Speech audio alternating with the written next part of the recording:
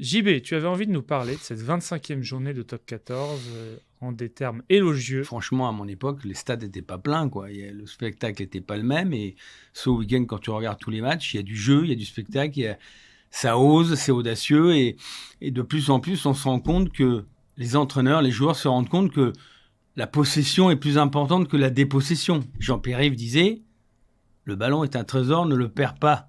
Et c'est exactement ce que j'ai vu ce week-end, avec des stades pleins, je le répète, un succès énorme, du spectacle, du jeu.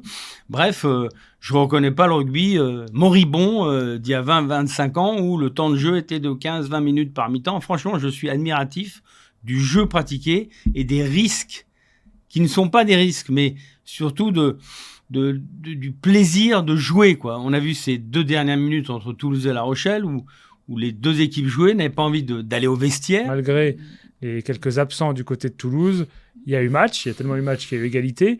Et on sent quand même que La Rochelle revient en force, que je ne sais pas si c'est l'orgueil qui a été piqué côté Rochelais, mais c'est un candidat sérieux pour les phases finales, à condition d'y participer. JB, est-ce que tu as été marqué peut-être au fer rouge par le pack Rochelais qui regagne un peu du poil de la bête? La force de La Rochelle, c'est son paquet, quoi. Son paquet avec Colombe, avec Skelton, avec Aldrid, tout ça, qui revient très en forme. J'ai trouvé qu'il avait beaucoup de jus. Donc, effectivement, il y a, on l'avait évoqué, certainement une petite décompression dans la tête de Toulouse, mais qui a toujours faim de trophées et qui a surtout envie effectivement de faire le doublé. Mais je sens que La Rochelle, avec le printemps, revient en force. Alors attention, parce que cette équipe de La Rochelle, elle monte en puissance. Elle a eu un petit passage à vide cet hiver. Elle s'est fait étriller contre le Leinster en Coupe d'Europe. Mais voilà, elle est revancharde, elle a la rage. Et puis Skelton, il est là, quoi. Il est là.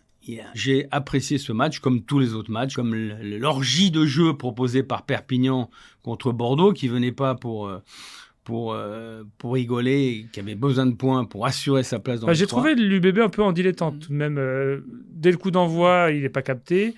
Il y a un essai encaissé après un long coup de pied dans le 3e rideau où Damien Penaud, il se replie pas vraiment au sprint, le temps de comprendre qu'il y a danger.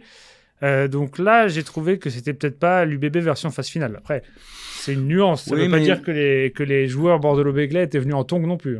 Non, mais ce qui est fantastique pour l'UBB, c'est qu'ils terminent 3e ou 4e, ils recevront à Chabandelmas. Et en demi-finale, s'ils passent, ils recevront au Matmut Stadium de Bordeaux. Donc, et après, c'est le boulevard pour la finale. Donc, il y a une opportunité pour Bordeaux. Et je persiste à croire que Bordeaux s'y tienne devant. Derrière, il n'y a que des avions. C'est peut-être la seule équipe pour moi qui peut gêner aux entournures Toulouse. Franchement, sur ce match, avec 15 000, 20 000 personnes, ça sera dur. Je pense que le Racing dépendra du résultat à l'extérieur de Castres et de Perpignan. J'ai du mal à imaginer quand même Bayonne qui sort d'une déconvenue à Oyonnax laisser faire Castres devant son public, à l'Aviron, à Jean Daugé.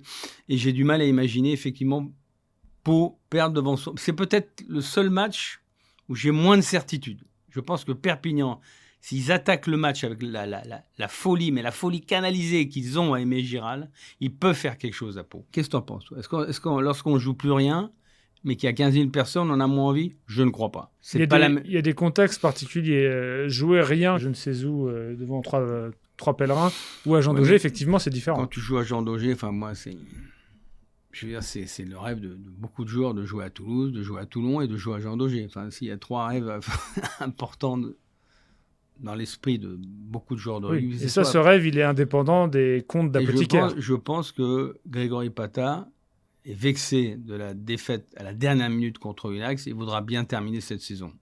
Bayonne se maintient. Il est toujours difficile de gagner à Bayonne et je ne vois pas Castres, franchement, l'emporter là-bas. Je vois plutôt Perpignan faire quelque chose, titiller. La possible menace francilienne, c'est l'USAP. Voilà, exactement.